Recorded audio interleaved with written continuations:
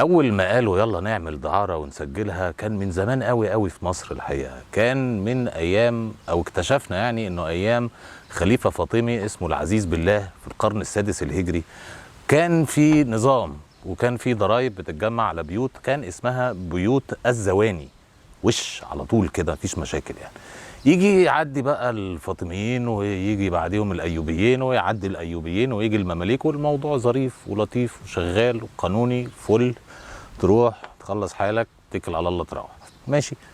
يجي بقى يا اخوانا العثمانيه، اللزاز بقى العثمانيه، لان هم ايه لازم يحطوا طبعا السيستم، وكان الزمن برضو اتغير وبتاع، حطوا سيستم للموضوع ولكنه فضل قانوني. عملوا ايه بقى؟ غيروا الاسم عشان تقيل شويه الظاهر، فسموها الكراخانه. وكرا بالتركي في ناس بتقول ان معناها اسود، يعني البيت الاسود او حاجه تانية مش متاكدين يعني، انما الخانه اللي هو المحل يعني خانه انتيك خانه ما اعرفش ايه، فسموها كرا خانه. وعملوا لها زي قسم خاص كده في الشرطه زي شرطه الاداب، بس عشان ايه التسجيل والتنظيم ويعرفوا مين البنات اللي شغاله فين وبتاع كلام من ده. وكان الراجل اللي ماسك المأمور الكبير اسمه الصول باشا.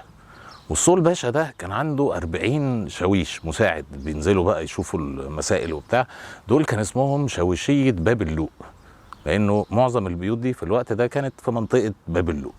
وكان في 3 مهمين قوي، كان اسمهم ايه؟ كانوا ال3 دول اللي بيروحوا يجمعوا الضرايب من البيوت بتاعة الدعارة اللي موجودة اللي هي في باب اللوق. وكان اسمهم شيوخ العرصات.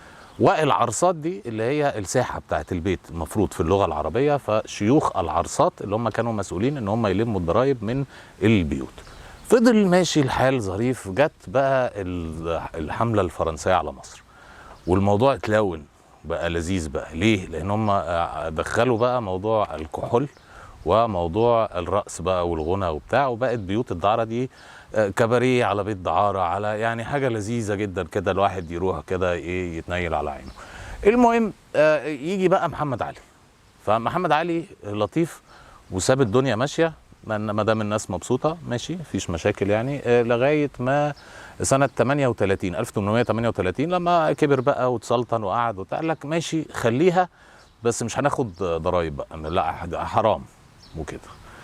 ويعدي ويجي اسماعيل اوروبي عايز يطور المسائل، فعمل لائحه قانون لبيوت الدعاره في مصر. وده اللي عمل بقى يميها حاجه اسمها الحوض المرصود، اللي كان فتيات الليل تروح بقى الحوض المرصود وتكشف مره اسبوعيا وتاخد الرخصه، والبيوت مفتوحه بتراخيص. وعمل بقى نظام، والنظام حلو محدش يزعل من النظام يعني. اقول لك ايه مثلا من ضمن اللوائح انه البيت بتاع الدعاره ما يتلعبش فيه قمار عشان عيب. القمار يتلعب في بيت القمار مش في بيت الدعارة. دي حاجة. يقول لك مثلا انه مفيش بيت دعارة يبقى ليه بابين، باب من ورا خبيث وباب من قدام، عشان لا على عينك يا تاجر، انت رايح تخلص نفسك في بيت دعارة خش من الباب، خشش من ورا عيب. ايه كده تمام.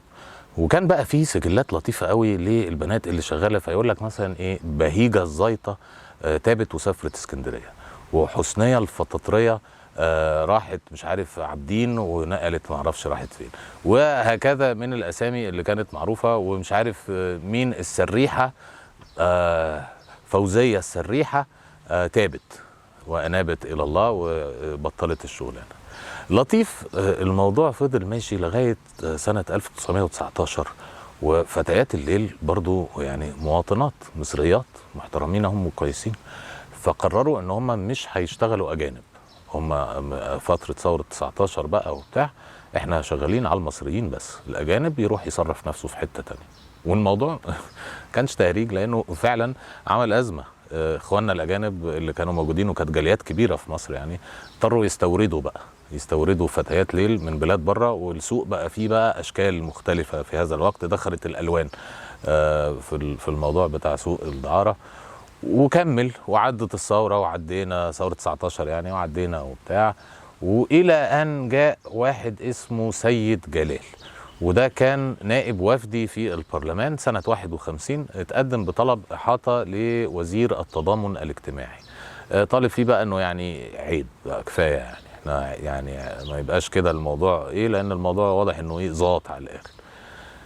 واتلغت بقى موضوع الدعارة القانونية، هل فعلا اتلغت قانونا بس ولسه موجودة تحت الترابيزة، ولا مش موجودة واحنا بنستهبل، ولا ايه؟ انما حياتها القانونية في مصر بدأت منذ بداية التاريخ واضح، وهل انتهت ما انتهتش؟ الله أعلم.